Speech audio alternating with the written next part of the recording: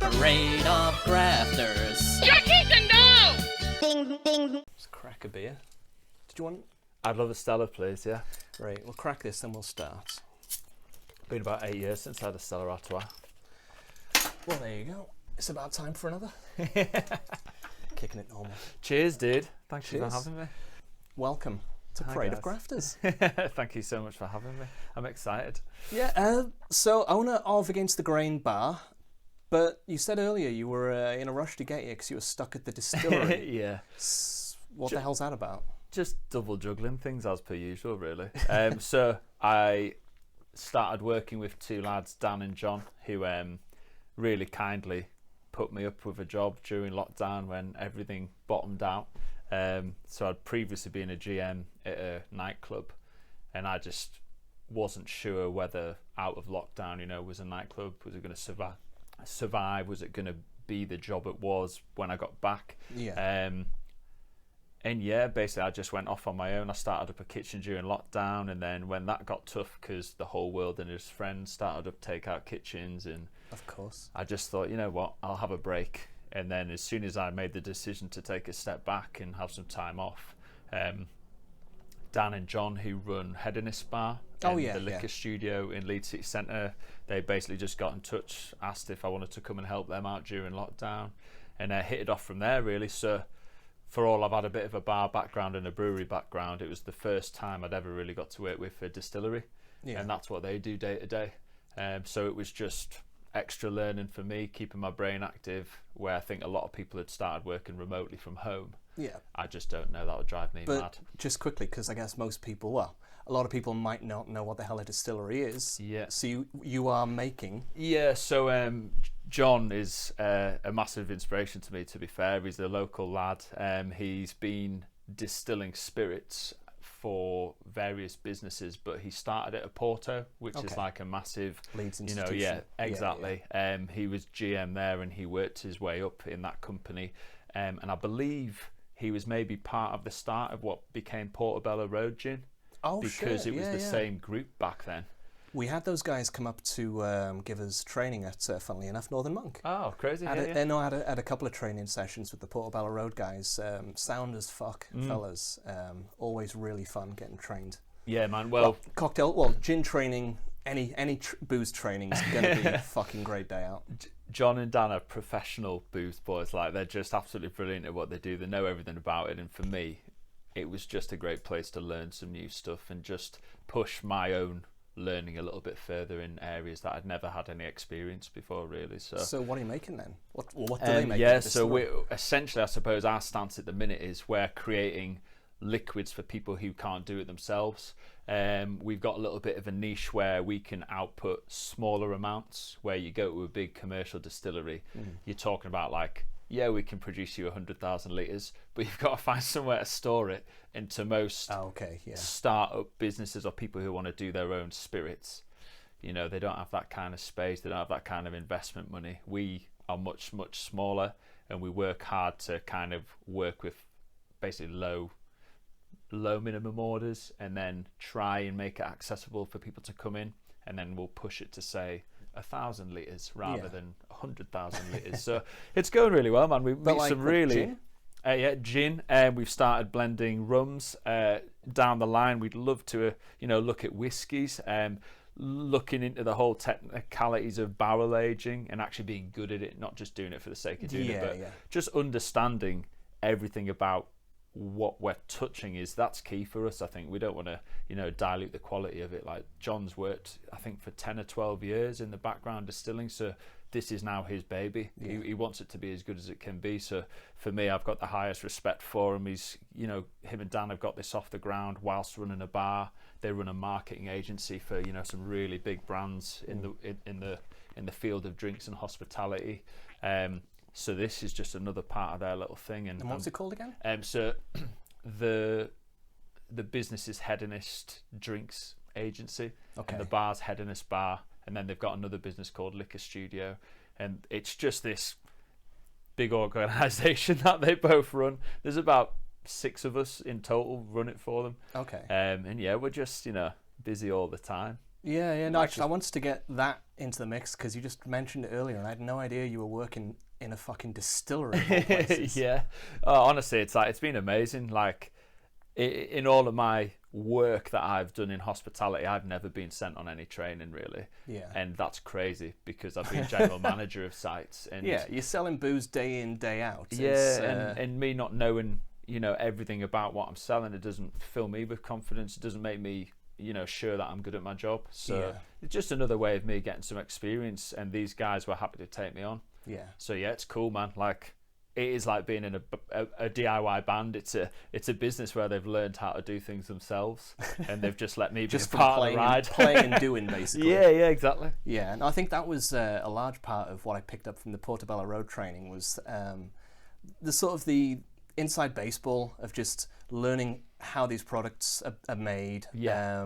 The reasoning behind all of the sort of the ingredients, the sort of the existence of juniper berries. Yeah. Just big time. I it's all washed over my head because there was a lot of booze had that night, but it's yeah, it's plus I'm out of the industry a couple of years now, so but it's as you say, it's the training that's necessary to properly sell basically what it is you're selling day in, day out. I think there's a massive appeal for me going from I worked in a retail environment, but I'd always been in independent bands, and there's some creativity there that you don't get when you work for a corporate retailer. Yeah. And what's really, really nice about the hospitality end that I worked for, it was always independent. So you're literally just thrown all the autonomy in the world and gone, we need to make money now. How do we do it? And I feel like, John and Dan, they've had the same end of the spectrum, but always worked for bars. So for me to come in at my age and have two guys literally go, we need help, we think you can do it, do you want to come and work with us, is like, yeah, that's like, for me, that's, you may as well send me to uni on a free course. Do you know what I mean? I was like hungry to learn, and I've been with them a year and a half now. That was, do you know what? That was something I was wanting to touch on with you. You just said it there, the hungry to learn element. 'Cause I remember when you started at Santiago Bar, and that was the one thing that I took away was when you were trying to pick up the cocktails, and you really threw yourself into like learning the cocktail, because it's Santi's, it's a dive bar, and it's like you can get away with just I've served on the bar there, and I am the worst in the world at cocktails. Yeah, you say that, and then no. It's a no for me. But point being, you can just about get by without really, and it was that thing where you really threw yourself into like, right, we're doing the cocktails now, and I think you even tried to like get me to pick it up at some point, but I think it's, for me, it's like learning cocktails and understanding mortgages, they're just never going to click with me. Oh, that's definitely something you should work on, understanding mortgage. That's like one of the best learning curves I've ever had. Jesus. Yes, Santi's is like, that was baptism by fire really, because that was your first gig, wasn't it? Yeah, big time. That was Dave gave me the opportunity, who owns that, and that was where I'd gone there as a consumer and experienced these best, like the Paul Handleys and Jonty Shaws, who were guys I looked up to because they were they were slinging drinks, they were bartenders. Yeah. It was like going into like the bar in Roadhouse. they were my guys, and I knew them from playing in bands, and it was literally, I wanted a big change. I'd worked in a corporate environment for nearly 16 years since I'd left uni, and I was just like, 12 years since I left uni, sorry. I worked for a retailer called Fat Face. I did 10 years with them. Then I went to work for Toyota. Is it Rugger Buggers on tour buying the same bullshit clothes around the country? Surf clothes, man. That's the way forward. Rich surf clothes. But that, again, I thought 10 years in, I was getting bored of doing the same thing. And then when I left, it wasn't until I saw comparative places. I worked for a few different retailers before I even hit Toyota. And, you don't realise what you've got until it's gone. And I was literally working for probably one of the most successful independents that grew into a big high street retailer. But I joined when there were like, I think about 66 stores. And in 6 years, they tripled in size to 180. Wow. And then by the time I left, there were 224 stores just in the UK, with probably one of the most loyal customer bases ever. So like, I had this customer service element in my training, and I think just the second going to somewhere like Santi's, It's a punk rock bar. I was going to say this. It's a little oil and water there. It's It's like it's Marmite for some because you walk in if you're into rock and metal and you like that vibe. Yeah. It's heaven. Yeah. But then you would get like 20 or 30 people across the night walk in and walk out because they didn't find what they were looking for. Yeah. And I suppose the cocktail element. There's a lot of people like drinking fruity drinks, and that was all I saw. I thought we could definitely make an extra £6.50 every transaction here. Yeah. Do you remember Bad Apples? There was the quote from Bad Apples. See if we can both get it. Oh man, I think I know what you're talking about, but I can't even remember. I think it's in the motto. It probably is now. Yeah, it was. Do you know it? That was a cool bar. Mark Howes ran that. I absolutely loved him. Bad Apples is missed, but it was. So the story was that it was Lado from Black Moth. Dominic from Black Moth. Yeah, legend. Serving, great drummer. Serving at Bad Apples. A couple comes in, asks for a glass of reds, see what they have, and Dom just turns them in the face and says, "Wrong bar, mate." And that was basically it. From then, it was just cut to the chase. Wrong bar, mate. Sorry. And as you say, it's some people. You walk into Santy's, and if you're not looking for that vibe, then you're going to be straight out again. But if you do go in there and you stay for a drink, as you say, it's they've kind of made their bones with the weird cocktails. Like what's the Whore's Arsehole? Yeah, the shot that they do. Yeah, Whore's Arsehole is fabulous. I think I have friends who come up from London especially for that. Yeah, who doesn't love a whore's arsehole? But I totally agree. I couldn't even make that today, and I must have served probably about 1,000 of them in the year I was there. But they've really kind of like taken a hold of. I think it's the kind of fun cocktails. There's like a jammy Dodger one they do. There's lots of like just White Russians were dead popular, probably because of the Big Lebowski. People are into that kind Dude of abides. Yeah, exactly. But yeah, I totally forgot you did the burger thing as well during lockdown. I did a few things during lockdown, man. Like it was what? So you did the burger thing. That was what? Slanging burgers from home? Or? I went self-employed about a year and a half before lockdown, which meant when lockdown came, for all like the guys I worked for in the nightclub district, like they really took care of me. But I literally thought, well, if this goes on a year and a half, like I can't expect them to keep a self-employed person on, like it just doesn't make business sense. So I lived with a gentleman called Rani who owns a company called Jar Jot, literally one of the best Indian cooks you're ever going to meet. Massive love for the Jar, for the Rani, for the whole crew. Yeah, and like we were just living together at the time, and I didn't realise you lived with Rani. Yeah, so due to a few, I fucking love that guy. Sadly, it was due to health issues and just business with lockdown that we ended up living together, and we became really good friends. And when you live with someone who can cook that well and you're in a hospitality background, it just makes sense to try something. Like I said, I was self-employed. I fitted in that gap where there wasn't any support because I hadn't had 3 years history. Of course, yeah. So it was just like make or break. And funnily enough, he was in the assembly rooms in Leeds City Centre. Yeah. And he couldn't work there during the lockdown. So basically we ended up trying to just set up a kitchen out of Northern Monk. And I think it was Ted Andrassy who had Northern Monk at the time. It was literally a phone call. I've got an idea. It's a kitchen. Is he at Donna Summer now? Yep. He's moved across to Donna Summer. I miss that guy. Yeah. He's cool as fuck. Absolute legend. Like literally spoke to him the other day. He's just a genius. A fountain of knowledge in that scene, whether it be beers or whatever. Fucking anything. Yeah, he's just absolutely fantastic. And I just put it to him, like, I think we've got a really good idea for a kitchen. Can we come and utilise the Northern Monk space, because it's a big kitchen, it wasn't being used during lockdown, and he literally sorted us out in 2 weeks, which when you've got no money coming in at all is a lifesaver thing. So like Ted Andrassy, good man. No, Ted Andrassy, he hooked me up with a job when I absolutely needed it. I mean, big kudos to him, and if he sees this, props to the industry. Cheers, mate. Cheers to Ted. But yeah, I believe he is with Donna Summer, again another really great creative brand who I think they focus on the vegan crowd, and like vegan junk food is their sort of tagline. But they've designed their own food, haven't they? Yeah. They They literally factory make it themselves. Yeah, they for a while they were getting a lot of their business from making up meat substitutes and then selling it to other businesses around the country.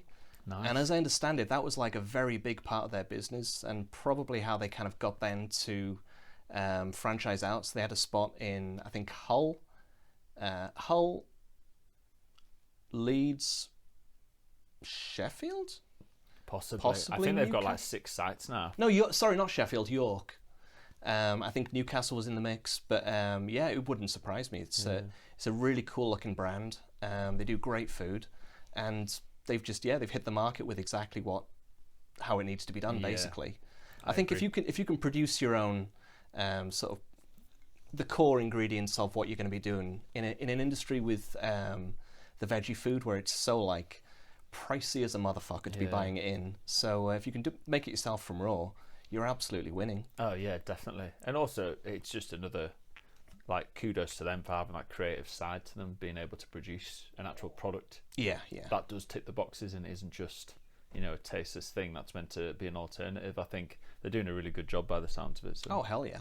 So Santis, I believe it was Northern Monk. Yeah. It's Nicholas Pounder, who... Oh yeah, who was ex-Verve? He was GM of, not Reform, Mean-Eyed Cat. Mean-Eyed Cat, cool. So I think he's a Revolution background. So again, really well trained, because they're obviously big money in there. But with his background, went into an independent, and I believe, well, I know Nick back to back, and he's helped me out. He'll come up a lot in this conversation. Yeah, well, Nick's also helped out weirdly the Donna Summer guys. Yeah, big time. So, so those links are all over. Yeah, incestuous leads. Have a shot? Yeah, yes, please. Are you having a shot? You don't have to, Nicole. Nice little Boilermaker going on. Oh, I like your tankard shot glasses. They're cool. Courtesy of May Morgan's. My grandma, when she died, Mum was like, right, you've got to go in. If you see anything in the house that you want to take as a memento, then this is your moment to remember your grandmother. And a little shot tree. So yeah, that's cool. It's bloody great. I'd like to have something like this in my bar. Shot for me. Baby shot. Oh, I've got an even cooler shot fella just in the fireplace behind us. I've got a really cool thing about JD.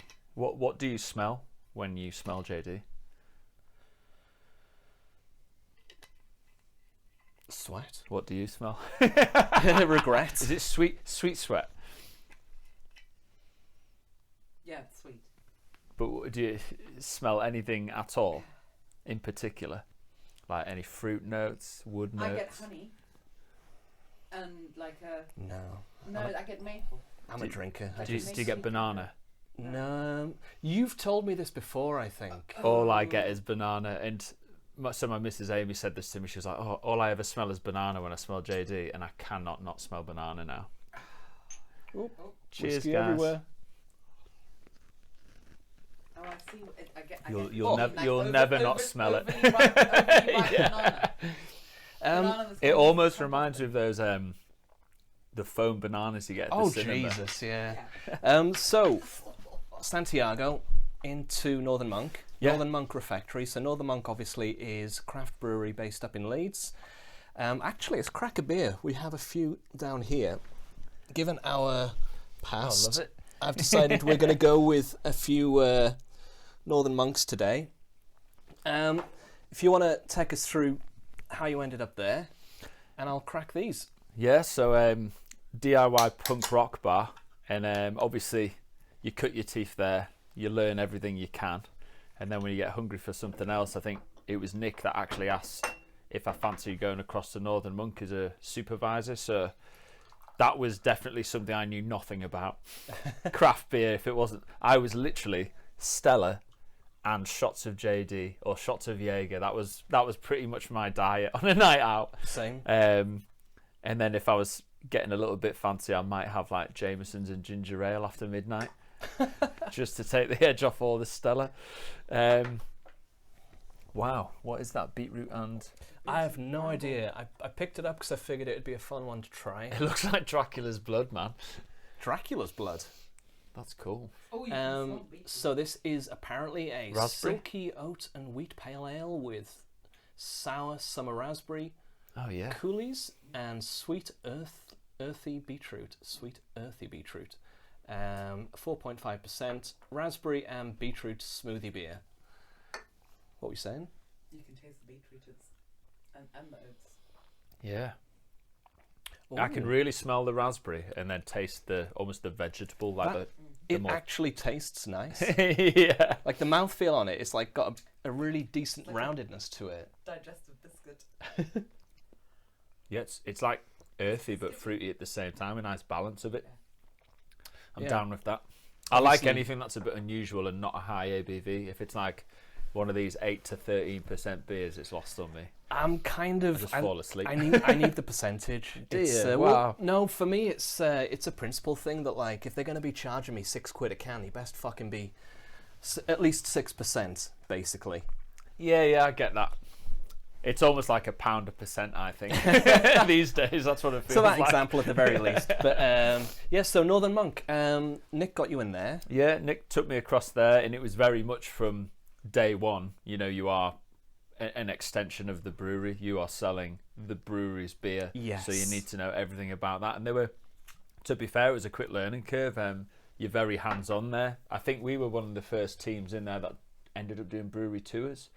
And I actually had to take a few, which I thought was almost the biggest con on the market because I knew nothing about beer. But the guys were so knowledgeable. In fact, there's a guy to this day that always helps me out if I need any knowledge. And Adam, who is the head brewer of the Flax Store site, is just the absolute dude. Adam's one of the loveliest guys. Yeah, one of ever, the nicest basically. guys. And sometimes I just don't even know if he knows how good he is at what he does. Did he get married recently? Yeah, Vass. Yeah, Vass, yeah. yeah, Vass. Again, One of them, both like, of them are just sound. fantastic couple. Vass works. Is it the sales side at Northern Monk? I think she actually does European import and export for Northern Monk now, which is a Nice. big deal. Like they've gone worldwide. Oh, of course they are. Yeah. Shit, I tell you what, though, I remember getting up to speed on the situation with import laws into California. Oh God. Have you seen about that? Because No. I think it's because alcohol is technically a carcinogen. Okay, yeah. So there's certain restrictions, and it's only California, I think. If you're importing booze into California, there are like sort of super heightened restrictions in place, or at God, least yeah. like loopholes of things you have to adhere I to, don't or even know. put things on the label, or Above my head. oh, entirely. But it's always fascinating drink learning it, about man. them. Yeah. But so you get on board at Northern Monk. Yeah, straight into that. Was with them until I thought I can't learn anymore. Where next? And so But did you rise to assistant manager there, or were you just bar staff? no, it was just between me and Nick. He just kept putting me in places. If I asked for something, Okay. he'd let me figure it out. Yeah. There was a lot going on. Northern Monk Pardon grew me. very fast, exceedingly quick, even in the time I was there. And then I think I left.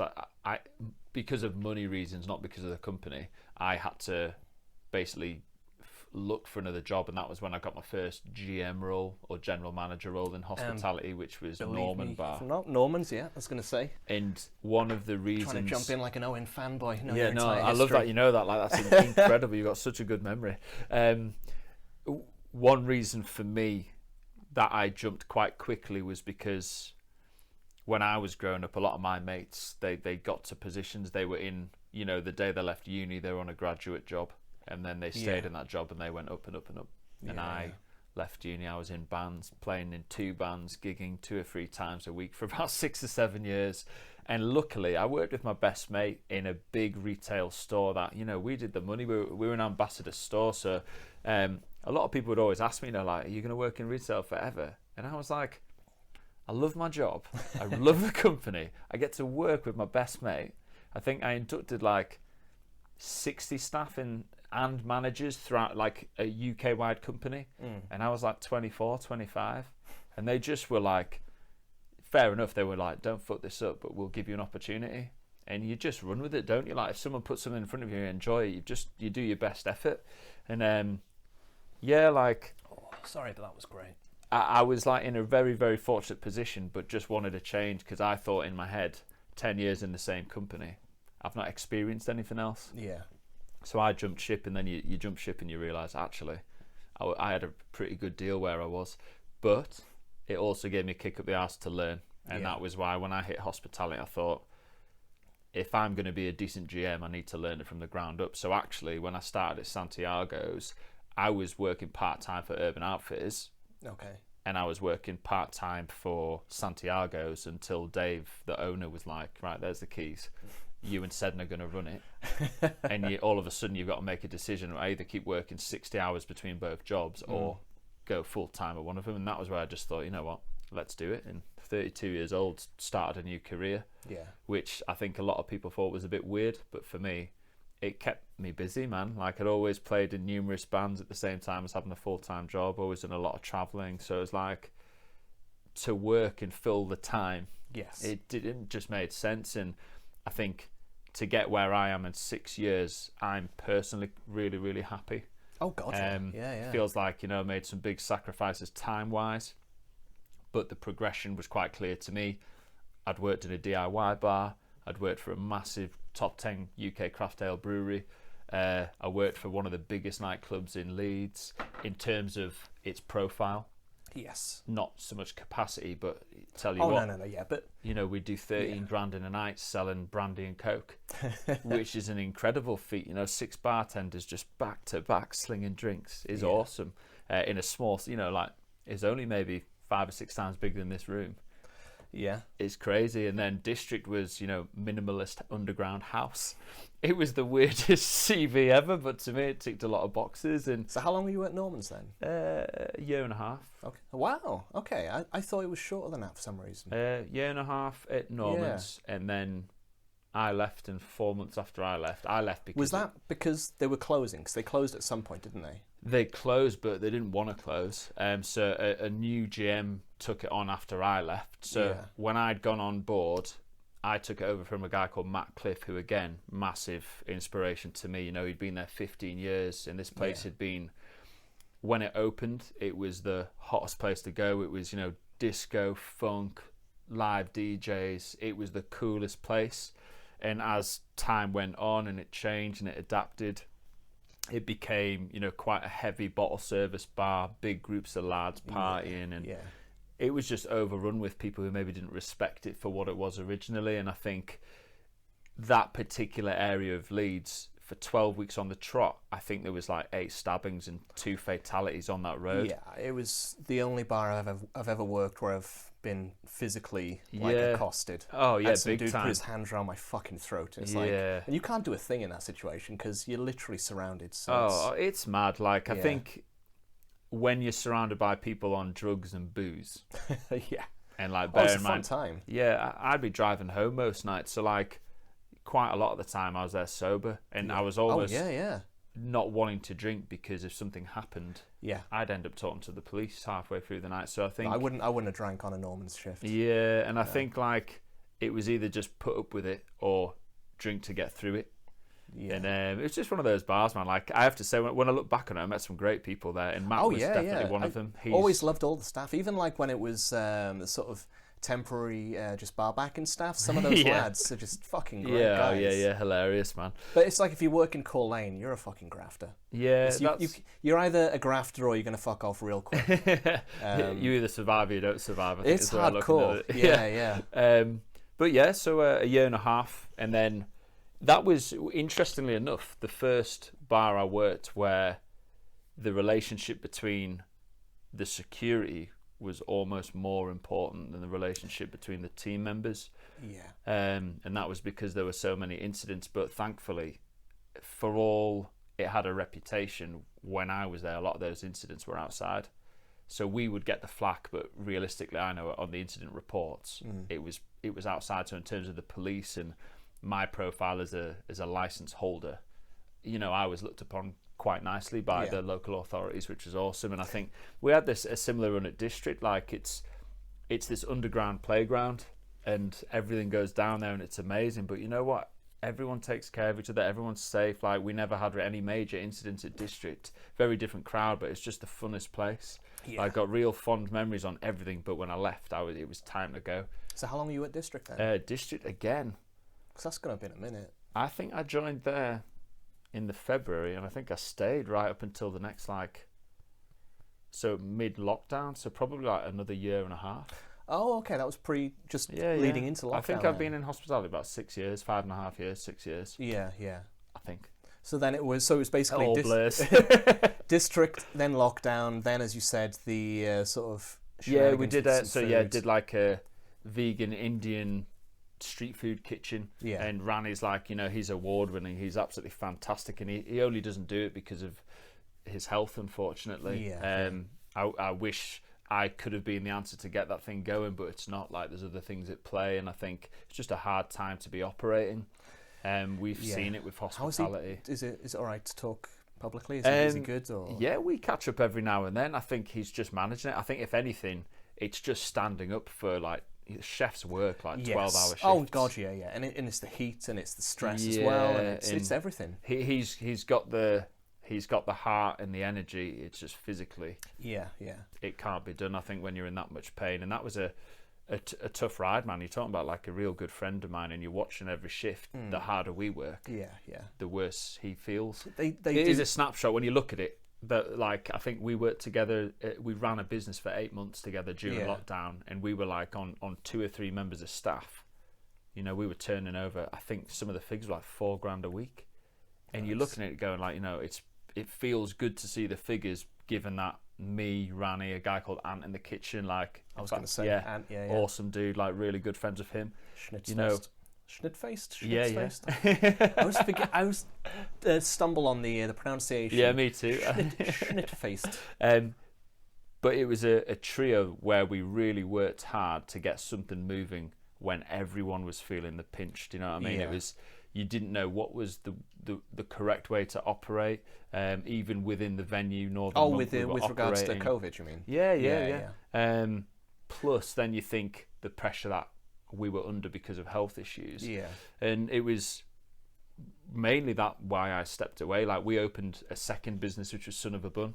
So that was the burger joint I think you referred to before. And when there's only 3 of you plus part-timers, all of a sudden you realise, like, these 60 to 70 hour weeks, for all it looks great on Instagram, it's not worth it physically and mentally. How did you deal with the deliveries then? Do you have to like deal with just Deliveroo, or just do it yourself, or pay a mate? A bit of everything. We tried anything to keep the figures turning over. Yeah, because it's amazing to me that like you did a fucking food delivery company too. What? Yeah. Like, how do you even? It went national as well, which is like you've got no background in. How the hell do you make? I mean, I guess it speaks to the, as you say, the background in the DIY music and just the mindset of you just do it because it's a thing that I guess can be done. So you just do it and kind of work it out along the way. Yeah, guaranteed. If COVID hadn't happened, I think a lot of us wouldn't have been pushed to think about new ways of making our businesses work. These little levers to turn a new revenue stream. That was like magic to my ears, because I had to hop jobs to survive, but I had to work with people who had a creative streak to work out how to bring money in. And I tell you what, if running a kitchen isn't hard enough, to have someone like Rani say, "Oh well, why don't we just ship it nationally?" And you're like, I get what you're saying, because he has a car dealership background. So I work for Toyota as well. Okay. And like, that was how you made more sales. Like, if there was an interest in a car online, it's how do we get that to that customer as quick as possible? And again, you go, well, it's food. It's got to be treated the right way. It's got to be manufactured into something that can be posted. Then you've got to get DPD or DHL to go, yeah, guys, this looks safe. And that's whilst you're buying stock, running a kitchen, running an Instagram or social media. And again, we're not pros at this. We're just figuring it out as we go. But yeah, like, he's the guy with the drive to pull something like that together. Because he was doing more of an ingredients-based version as well, whilst he was doing... Yeah, we'd take a finished meal that people were aware of through his brand already, like whether it be a curry that he'd made or won an award with, or and we would basically give you the choice, like, what ingredients would you like to see in your curry, and we'll send you the instructions and the individual parts. That was what you were doing as well? That was your thing? Yeah. Oh, okay, cool. Because I'd known that he was doing that with what he was doing from Northern Monk, just literally just sending out, here's the spices, here's the bits and pieces. Yeah. And is it like Kitchen Chef, some sort of subscription company. That there's loads of these online companies that do it now, where they send out the ingredients. So I think that was the first time I'd seen essentially, like a DIY approach, just an independent approach to this kind of seemingly established. I guess it's kind of a startup approach. That whole, we'll sign up to our website and we'll post out the ingredients type thing. My brother, it's one of these schemes or products where people get lynched into it by the free offer type thing. So my brother said, we signed up and we've got the first box and we're going to do a few meals and see how it works. Do you remember 90s kids? You might not be in South Africa. What were they called? There was this CD club in the 90s. Did you have that shit? No way. No, but I remember it from British music publications that I used to buy. Yeah, and it would be like you'd get like on the back of a music magazine, it would be like an advert with a bunch of CDs, all of the new CDs, and you sign up to the club, Britannia Music Club, I think it was called. I don't remember that. Britannia Music Club. I'm talking like 90s, mid 90s, early 90s, and you pay them a tenner, and then you get 10 CDs. But then you're committed to buying a CD a month through their CD club thing. But it was a way of, as a kid, like sort of establishing a cool library of music like instantaneously. So like it was just sort of Pearl Jam, White Zombie, Nirvana, Soundgarden. That sounds awesome. I don't know how I missed that. I remember I got my order in it must have been 95, because from the sort of the albums that I picked out, it was pure 95 era grunge metal type stuff. But yeah, anyway, Rani. So Rani's doing that. We get out of lockdown, and suddenly you've got a bar. You're a bar owner out of nowhere. How in the hell does a person own a bar? When you're only 5 years into the industry. Well, I don't know. I think you just surround yourself by people doing those things. It was the same with bands. Like, I think this is where predominantly most of my learning comes from, is you look at the band that is getting somewhere. Yeah. And you just talk to them, or you find out, what is it? Let's put you in the front of people. Is it press, or is it, are you just on Instagram all the time? Are you on Facebook? Is it MySpace? Like, how are you getting numbers through the door? Are people ordering your CDs? Because it looks like you're busy, but I also know behind the scenes it can be quite the opposite. Yeah. And, but at what point were you like, I'm going to own a bar and it's going to happen soon? So actually, so I'm 36 now, or 37. Oh, you don't look it, pal. Well, what you were about to say just before, I always forget that you're older than me. I think we're the same age. But you said you were ordering CDs in 95. I don't think I heard my first Metallica record till 97. So there was no way I was subscribing. And my mum bought that for me, so... Got to start somewhere. Exactly, man. Yeah, it's just... I think I worked for corporate retailers. I went to work for Toyota, again, another big corporate brand who on... The front of things are amazing at what they do. They're, the world's highest volume car dealer. But when you're actually part of that big machine, it doesn't feel like you're part of a big brand. Yeah. I always preferred being more hands-on, having more control. But at what point was it like, I'm gonna own a bar? It was literally working. I say retail. We worked long hours, but it was essentially 9 to 5. I knew what shifts I was on, and outside of those shifts, I was in a band. And that was So you're talking before you got into the bar industry, you were like, I'm going to own a bar. That was literally like, I do my job, and then to keep my brain working, I'm in a band, which means I get to be creative. I write music. I get to do gigs. We get to organise touring. When I was at my 9 to 5 job, I always wanted to work at head office. I was like, these guys get to design the clothes. They get to bring things in. They get to do all the marketing. When you're in a store and you just are given that stuff and you have to just put it in position, like we had a lot of autonomy, but 10 years in, the decision's been made for you. This is how it should look. This is where it should go. Yeah, and you certain cogs that you can tweak to bring people through the door, but ultimately you always wanted to know a bit more behind the scenes. Where's my bottle of water gone? Oh man, bloody hell! I left it over there. Do you want to share mine? I'll share yours. Thank you. And it was at that point where, when I moved job, I just said to myself, well, I want to be self-employed. I want to be in control of those cogs and those levers. And it was literally just, well, food and drink ain't going to go out of fashion. So let's get a bar job. So I literally went and asked Dave, can I come down and do a bar back shift? And it was just, come down, sort me out. I'm kind of liking this. And then to end up being full-time at Santi's whilst I still had another job. Yeah. And it was just literally like, I think it was actually... It's a cool fucking thing to be working at Santi's. Oh, mate, it was awesome. Like, being a band boy, drinking in a bar that someone actively wants you to come and be a bartender. I was like, yeah, this is awesome. I was a bar back there for years, and I never wanted to be a bartender because it was just so much cooler to just float around being a bar back. Oh, but, yeah. And he was always angling for me. He was like, "Oh, maybe be a bartender."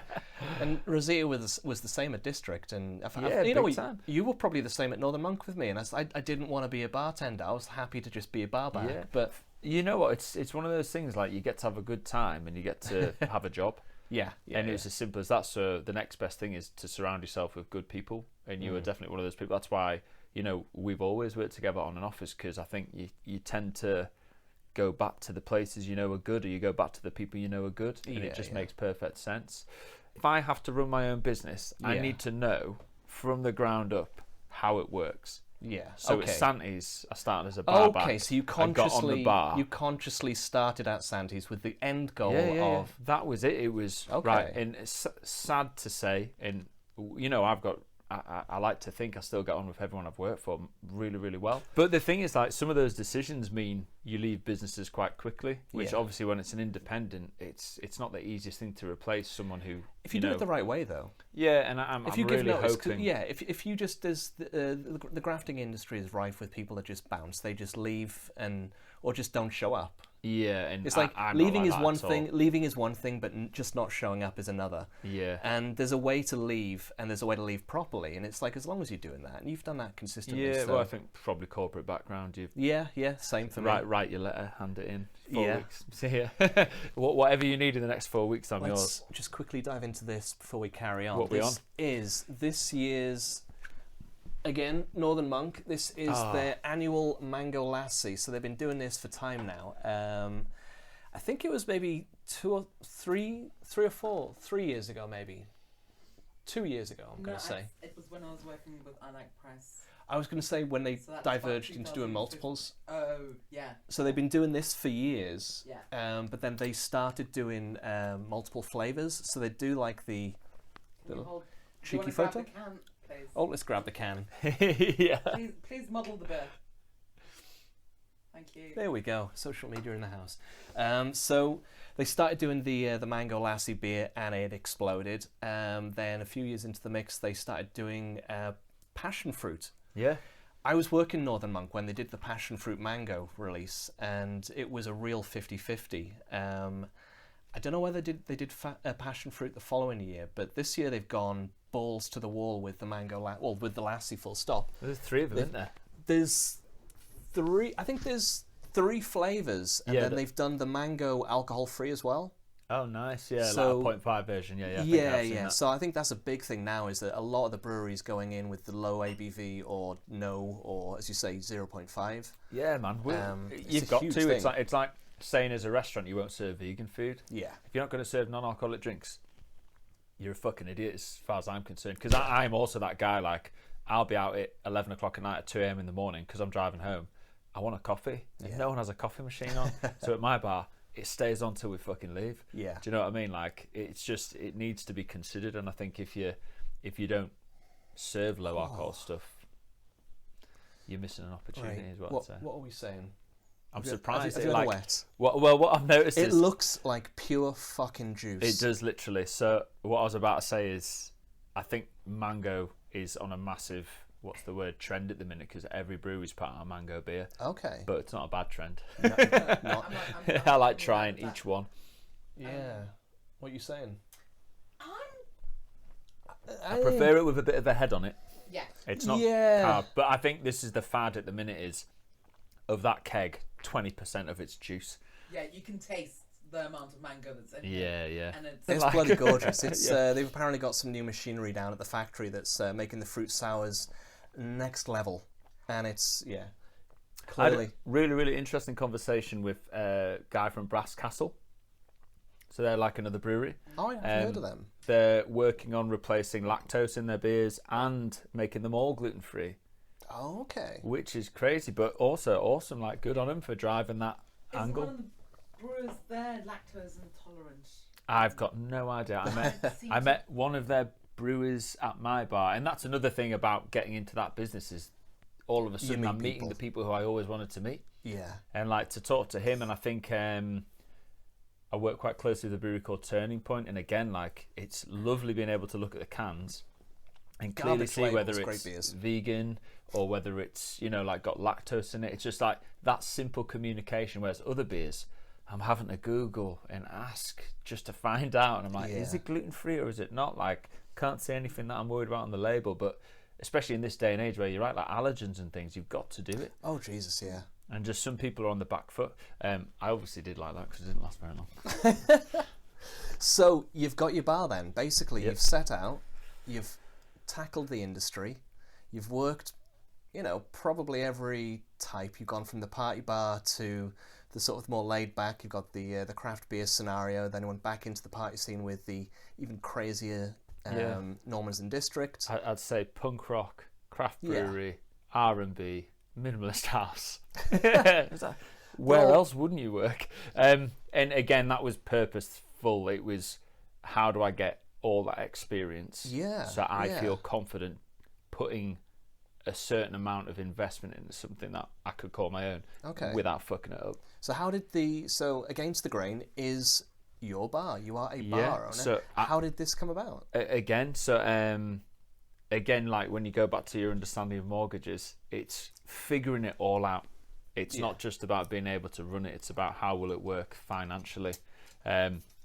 What's really cool about this is I actually work the business with another person. We're good friends from 2007 through music. Yes. Which is absolutely amazing. So like essentially we both wanted to open a bar that we would like to drink in ourselves. And both of our experiences were, well, how do we keep the rabble out as such? How do we stop the issues that we'd had previously with drugs, with, you know, fights, with just mindless behaviour? That isn't what we're about, and that's not how we want to operate a venue. Our issue was we didn't want to deal with food. We wanted to predominantly be a drinks bar where we could show off and showcase, you know, not just craft beer, but also some of the best spirits in the world. And if I can educate myself even further, the next step would be wine. And I want to be confident that I'm serving, you know, these premium products at an accessible price. It's all about getting people through the door and, you know, saying, I know you know, and you know what you like, but just based on what you're drinking, I can probably recommend 2 or 3 other things that you might just blow your mind, or you know, you might just see as an alternative that you'll enjoy drinking. And that's part of the fun of having your business, is being able to deal directly with the products and buying it in. And like that's what I always missed, say, with companies at Fat Face, or if you work for an R&B bar, you've got to cater for that audience. If you work for a minimalist house club, you've got to cater for that audience. I knew the audience I wanted to bring was the type of person that I experienced at Northern Monk, who wanted to come in, taste products that got their brains ticking. They were conversation starters, and they would sit for 3 or 4 hours, sink 5 or 6 different styles of beer, and they would leave in a really happy mood, all best mates. They'd politely say, thanks for a great night, bye, and you'd know you'd done your job. And I'm like, all these bartenders I know who are getting shit every night from people who, you know, they turn up to get fucked. They're not there to appreciate the bartender, but that bartender might be doing a great job. They might be really passionate, but before they get the enthusiasm battered out of them, I thought it'd be nice just to have a bar where we control that. We control the dynamic, we control the branding, we control the messaging, we control who we let in, which is everyone who isn't a dick. We let dogs in, we let kids in. It's like all the good things about being in hospitality is being hospitable and being kind and being friendly and offering something that nowhere else offers. And that was the remit for me and my business partner. Was we want to bring a team in who love their job. And you know what, if they're only here 2 months, we want them to leave and go, those guys really took care of me, they trained me up, they gave me exactly what I needed to do my job well.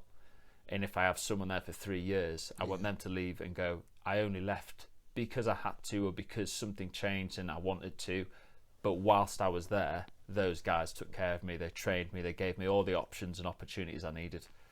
And that for me is how I felt when, I worked for some people. I felt really acknowledged and rewarded. And I think as a business owner, that's what I want to strive for. But it is hard to do it on your own. So I've found someone who I've known since 2007, and they kept chasing me, asking if I would like to work with them. Oh, okay, yeah. Even throughout lockdown, do you want to open a bar? During lockdown, no.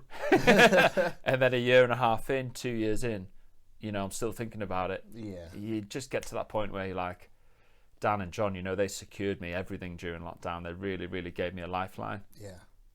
And then it's like, but someone is willing to do this. They're willing to jump ship. But we talked about it. We secured, an income that would keep us afloat. But we were working a job and then going down building a bar after hours for like 4 months. Yeah. Probably it's a pretty quick fit out considering it's just two guys. Yeah. But we were just every hour just working at it, just getting that thing. It's like starting a band. You're trying to find the right bandmates. I worked the opening shift of Against the Grain, and you said that the builders that you had in were like, really? You're going to open? When are you looking to open? Oh, literally, yeah. 45 minutes before we opened, there was me and Abigail Twigg, she's called, absolute legend. Oh, District also. Yeah, District. Yeah. She's now GM at Hedonist Bar. So really? Again, oh, wow. What I love about Dan and John is like, yeah. I think you attract like-minded people. They're independent. They bring on people on board who, again, I rate those individuals. Like I've worked with them already, and yes, she came and helped out. She's done a few disco shifts for me, but it's that type of person that your customer comes in and resonates with. Yeah. And that's what brings that customer back. That's why, again, I asked you to help out because every single time you do the right thing, and you just want to surround yourself with people like that. Yeah, but yeah, you were saying it was like it was really down to the wire. It was like, big and time. The what guys were opening like, isn't? Yeah, but it was like just sort of chipboard on the walls type stuff. It was very much like the day before opening. What did it look like? Literally 45 minutes before opening, it looked like a building site. Yeah. And then I think my business partner was so stressed, and he'd promised a lot of his mates, it's going to be open on this day. He'd been promising that for 4 years. So I came on board in the October. We got through Christmas. We started building in February. And then March 22nd, I think that was the date, on a Friday maybe, 45 minutes.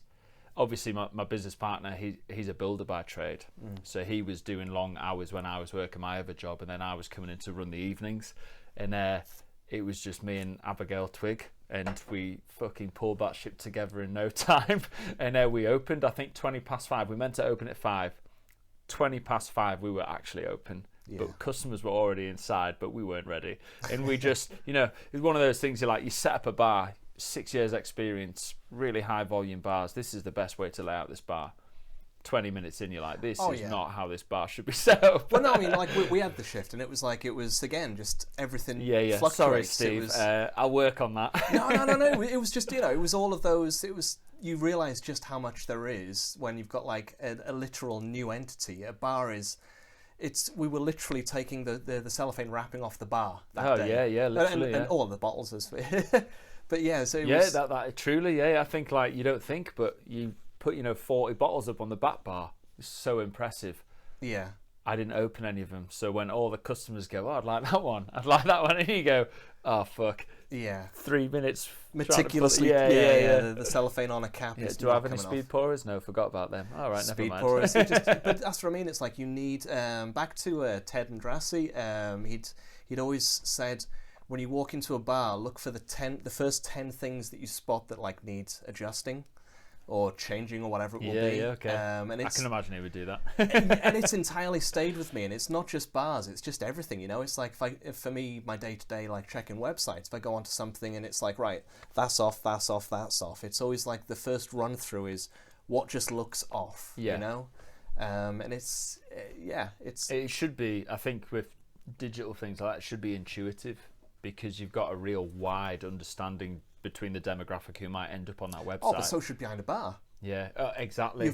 You've worked it half a decade, Paul. Yeah, I think what's interesting, so for me, I've always been really commercially orientated, but I think it's because I worked for a customer-facing retailer for so long. Okay. And I almost think that's what some bars forget about. Yes. It works perfect for what they want it to work. Yeah. But if the customer walks in and orders wine and they don't sell wine, how should the customer not know that before they get there? Is there a menu, or is it written somewhere that they're not a wine? Do you know what I mean? Wrong It's like bar, mate. little things like that. I think if you can just bear in mind, it might come up. Yeah. And you can prepare. By not preparing, you're preparing to fail, aren't you? So like to put those little things in place, you might gain an extra customer or two. And that was the whole ethos for me, was I want a bar almost like Northern Monk. I wanted to attract that customer. But then I thought, that's naive for me to think that that customer doesn't exist in spirits, in cocktails, in wines. Did you kind of like have craft beer as a definite core part of what you were thinking of? What we had was, craft beer might not sell here. People might turn their noses up at the price. You just don't know. So what we will do, we fitted the cellar ourselves, and we negotiated with people to be able to afford some crazy beers and some bog standard lager style beers. Yeah. And they're not like your Carlings and your Stella, they're different, but the whole point was, if someone comes in here asking for lager, I don't want to see 16 lads walk out the door.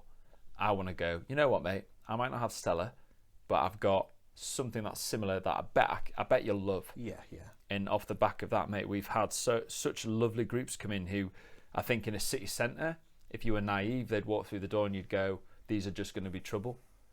And they've been a big group of lads who were in shirts, football shirts or something. Yeah. And every single one of them has walked up to me and gone, is this your bar? Oh, yeah, it is, mate. And they've gone, mate, this is awesome. And you know what? You ain't going to get any trouble here, which is weird because all the other bars around here just get trouble. Talk about the location, because it is quite a strange one, especially given where you've come from. Yeah, I'd say there's a lot of... Around every city, there's suburbs, and people live there. Yeah. And it's a market to be tapped. And I think historically, people expect to have to go to a city centre to have a big night out. I think that's a bit of a tired assumption. Like, why shouldn't you have something on your doorstep where you can go and sit for a few hours and have a nice night? And obviously, our focus is drinking. Like I said, Norman Bar, the first GM, Matt Cliff, he was literally, when I was there, he was there for 6 months, then he went to do his own thing. And the day he left, I was like, he's literally doing what I want to do. He's got that, low overhead suburb unit. He's going to kit it out himself and just see what happens. Yeah. And I think the guy, it's called The Assembly, it's in Crossgates, and now he's got a second, I think in 2 or 3 years of opening, he's got a second unit in Garforth. Oh, wow. So there's a real progression there. Both called The Assembly? I'm not sure what the second one's called, but it's the same business model. Okay. And you're like, this is just working a treat, and it's satisfying the customer who doesn't want to travel to town. Yeah. And I just think, what a great idea. And I think especially coming out of lockdown as well, because there was that complacency to actually get out. Oh, yeah, big time. If you've got something on your doorstep that actually ticks the box.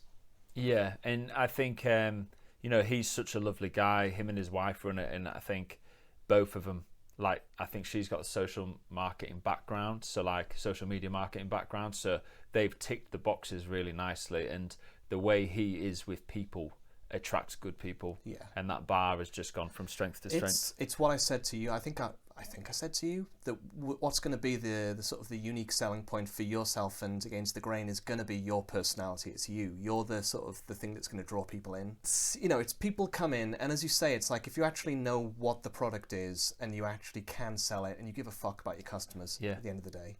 It's I as much as I love Santy's to death, and I love the party vibe and the dive bar vibe. There is a slight disconnect there when it comes to sort of the what I guess you'd say is the customer service element, because it's a cool place. It's like, and you lose cool by giving a fuck. It's as simple as that. It's like the second you kind of care about something, you don't look cool. And it's like, it's Santy's back in the day was just about like throwing shot glasses across the room and just smashing whatever. It was just a very irreverent vibe, and it's an uncool thing to give a fuck and to kind of care about customers, but you do that, and you always have, and it really shone through that this will truly be let's go down and see. No one's going to say let's go down to Against the Grain. They're going to go and they're going to say let's go down to see Owen. That's how your customers are going to basically. I suppose like that ideal is based upon how I want to run a business. So they might say that if I'm there all the time. But what I'm really proud of, and this is, again, it comes from my best mate when I worked at Fat Getting the staff in that follow that ethic. It's finding the right people, and it's fucking grafting another 2 or 3 weeks on your own to find the right person to fill the gap, and not just filling it with someone who needs, they need something out of you. Yeah. Because that's always a short-term fix as far as I'm concerned. It doesn't solve a solution. It doesn't solve a problem. It's not a solution. It's just filling it with something temporary. Yeah. And I think I don't even know who gave me that kind of ethos or understanding, but I've always approached things, and people get really wound up by it because they think you're not solving the issue. And I'm like, I am, but I'm working on it. There's a long view in place. It's all about the long-term goal, man. And like that's why I'm like, I keep saying, when I was 32, like I'm 36 going on 37, I literally can't even think in my head if I'm 37. You're almost 40. You're like, almost 40, why pal. am I so stupid? But like essentially, the second I left the jobs I didn't see myself progressing in, I was like, how can I be in more control? Yeah. And I think that comes from having to keep yourself busy, and comes from not being able to progress because someone else is putting up walls. So by being your own boss, you are in charge of those things. And like I think a couple of weeks ago you had Harry Johns here. He's part of that same scene. Like I've watched him go from strength to strength in bands, in cooking, across venues. Like the guy just doesn't stop working, doesn't stop chipping away at it. And like massive respect to the dude and all the people he knows. Like there's bar owners, Johnny and Roz, Dave Holmes at Santiago's, Mahmood who owns Norman's. For me, he was one of the biggest hands-on mentors I ever had. You were in his office at 12 on a Tuesday, regardless of how hungover you were, how tired you were from the weekend, and he was driving numbers, trying to work out where the opportunities lay. And like you work with someone like that, and you see a totally different side to things, whether or not you like him. Like I thankfully had a really great relationship with him, and again another one where I left. And I thought he was going to hate me, but he was really, really polite and really said really nice things. But I learned loads from him, where other people might look at him and, out of spite, just be like, "Oh, I'm not keen on the way he does business." Yeah. And I'm like, that dude knows how to run a business. You might not like the way he does it, but then it's not for you. Yeah. And I think I'm really thankful that every single person I've worked for, I've learned a lot from. Oh yeah. Big time. I think it's one of those ethics that I've always tried to carry of like, down to the sort of the trite level of every book that you read or film that you watch, try and appreciate something from it. But then also, as you say, it's then if you go into a job or a working scenario of like just picking up a shift or whatever it is, try and just glean the positives from it. And that's what it's all about. It's what everything's about. But I think with that attitude, often without any experience at all, you'll probably stand out above other people because of your attitude, not your experience. Yes. And a good manager will go, well, he doesn't need experience with that attitude because I can train him to do the thing. Like all of those skills you can learn. And again, I think it ties back into like the sort of the DIY music scenes that we both came from. And again, Harry Johns comes from these same places.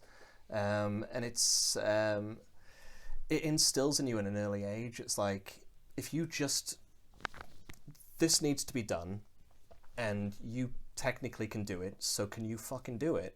And then you do it, and then you realize it can be done by you, and then you kind of realize you can kind of maybe do something else as well. And it's before you realize it, you've rung up a venue and booked it for a gig, and then you've run the sound desk and you've run the door and you've kind of whatever, and before you know it, you've put on a gig, and before you know it, you've organized a UK tour, and before you know it, you've XYZ, all of the things, and then you kind of traverse that mindset and that approach into the bar world, and it's like, you can really see how the world actually runs. It's just people that have the confidence to kind of say, yeah, I can do that. Yeah. And I guess, as you say, it's sometimes you need like, there's an extra party that's going to be involved that says, look, we could do this, and this is an opportunity that maybe you should get involved with. But that is going to come from them actually seeing in you that you can do those things and that you're willing to do those things and want to do those things. Yeah, I'm really lucky. We've got a really good relationship, me and my business partner. Like, he's a builder by trade, and I had this conversation with a couple of bar owners. Like, if they'd had a builder on their team, oh god, yeah, we'd have taken over the world, man. Like, Yeah. it was literally like, oh, you can fix a toilet. Oh, you can fix a door. That's amazing. Like, I mean, the lead scene has to. I can mix sugar, citrus, and a spirit and make a drink, but you can mount a door. That's incredible. Like, We're gonna be bigging up the ego of Lee the plumber, though. He's gonna be suddenly. I see him all the time, looking mate. to partner up and get into business with some bar owners. Yeah, it's the way forward.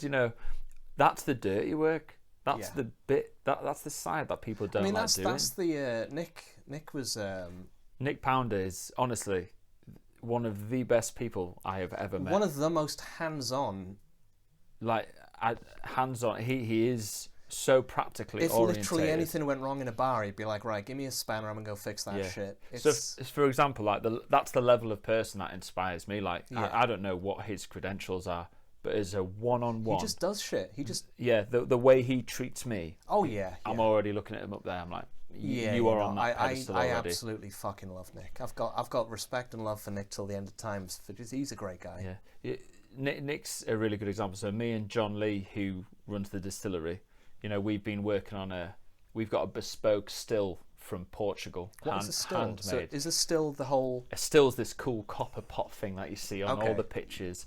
And that is essentially what's going to get you. If you Google gin distillery, images are going to be like some big. Because you sent me a picture looks like alchemy, earlier. man. You sent me a picture. You were like, "Oh, alchemy. I'm distilling right now. I'm running a bit late." I was like, "The fuck you?" And you said, "Oh, I'm dealing with the stills," and I realised then that's where the word probably comes from. Yeah. Oh, that will be it. Probably like So John Lee. He he's a master of distilling, rectification, but all they these words I didn't know before I started working use for them. these brass. Yeah, it's called a copper pot still. Google it. It's the best thing ever. They it's look cool. Victorian as a motherfucker. They just look so old school. Yeah, man. And it's all about like how do you put an alcoholic ferment? So like it could be the wort from your beer, those low ABV things, and how do you make it even more alcoholic? Well, you boil it, and the vapors that come off, because it's alcoholic. It's got a lower boiling point than water. Those vapors come off first. And then some genius went, oh, well, let's condense put a the neck vapors on it and cool that side. And then the vapors will come back out at a really high ABV, and we can do something with that. It's all madness. I don't get it, but now I know how it works. Yeah. John is all about that. But I'm stood there with Nick, who to me is just this, like, this guy, this local dude who I know who's a really good friend. Pounder. Yeah. Pounder would be in his element in that shit. Oh, yeah. Well, like, how do we fit this? How do we cool this system that's been handmade by a guy from Portugal and shipped here? Me and John don't know anything about this stuff. Yeah. And within 2 days, Nick's like giving me a few tips, with all his bits. And I'm like, just show me how you do this so I know for the future. Yeah. So this guy, this normal dude, just has all these skills and all this experience that distillers don't. Exactly. Yeah. Wannabe distillers. And just... Don't wannabe. If you're distilling, you're distillers. Exactly. I like your optimism with that. And you're just watching someone who's gone out and learned these things for themselves. And that's the thing for me is I like having someone to partner up with, someone to attack a goal and achieve it. Yeah. If I did it on my own and I didn't make it, I'd be very, very frustrated. Well, that's why I've got Nicole. Yeah, well, honestly, it works. If you've got... The way I look at that is if you've got an ambition or a goal or a mission... If it's just you, fair enough. If you've got two of you and you just both seem to be singing off the same hymn sheet or whatever, you're going to reach that goal. It's the same with a team. If there's one great idea that you love and one idea you're not so keen on, but everyone else is so keen on that idea, I'd say, you know what? Don't fucking go for your idea. Go for the one that everyone else is going to help you with. Because guaranteed, that's what's going to sell. That's what's going to shift numbers because everyone is into it. Everyone is talking about it. And that's why I like that working with someone else because you bounce ideas off each other. And if you've got that patience to go, maybe I'm not always right. Maybe there's a better idea out there somewhere. And if you both can just agree that actually, or have a conversation and just weigh it up. Sometimes the outcome is different to what you expected, because you're both pushing it. It works. Yeah. And even those bad ideas get somewhere. Even the ideas you think wouldn't work. Absolutely. You can still learn stuff off bad ideas. I've had my arse handed to a few times with things like that, where I've gone, wow, I didn't see that coming, but that has done the trick. And I love that. I love being, if someone can prove me wrong, that's awesome. Because sometimes I get a bit stubborn and a bit adamant, but it's from trying things so many times, I always try and make an informed decision. So if someone shows me something new that I didn't know, I love it. That's what I like thrive for every day. It's the same in bands. Like you want to try a different style. You don't want to sound like anyone else, but you always take inspiration from other people. Yes. And it's about how do you make it your own, or how do you make that unique selling point. That's what everyone's striving for, and that's what I think is really nice about the bar business or the band businesses. It's all about being creative, but it's got to be commercial. Yeah. But you want to be cool. So it's you know what I mean? But sometimes, cool can go fuck yourself. It's better to be nice. Let's piece it out with wrap it up. Sell us on Against the Grain. I would just say suburban bar that offers some real good stuff, whether it be beer, wine, cocktails. We've been around the scene for a lot of years. We've drunk in a lot of different bars, a lot of different clubs, hung out with lots of different people who like to tell stories, and I guarantee you it's a bar. There's going to be a lot of stories told. People are going to enjoy a lot of booze, and they're probably going to try things they've never tried before and just have an even better night because of it. Yeah, you've got a killer fucking beer fridge. I think there's over 50 beers on site at any one time, and that room is probably not even twice the size of this room we're sat in. No, you've got it. You seriously blew me away, the selection you've got, and you keep posting as well. So yeah, man, every single week. The socials. My favourite thing about that place, mate, is I am not from that area, but we wanted to build a community bar, and we wanted to build it around somewhere you could go and not feel, unsafe. So what's the? So it's Pudsey. What are the the catchment areas? Catchment areas: Pudsey, Bramley, Swinnow, Farsley. You can get the train to Bramley. It's about 150 metre walk from the train station. I was going to Google it quickly, but I forgot. What's the bus to get there? Do you know? I don't know the bus, but the postcode is LS13 4EP. And what's the? So it's Swinnow Grange Mills. Swinnow Grange Mills. Yeah, perfect. But loads of parking there.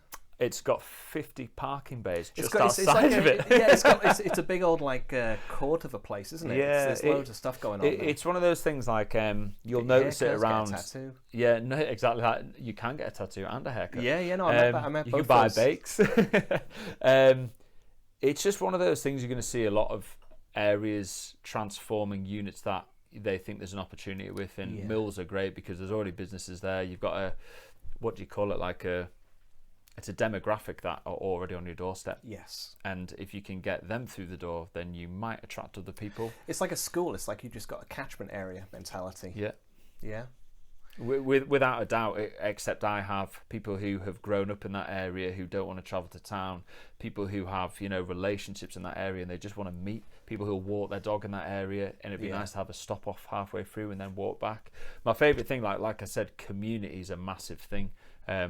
My community was like the friends I grew up with, the friends I met through bands, the friends I met through work, and if there was a place that we could all meet, it's exactly what we've created. That's it. Yeah.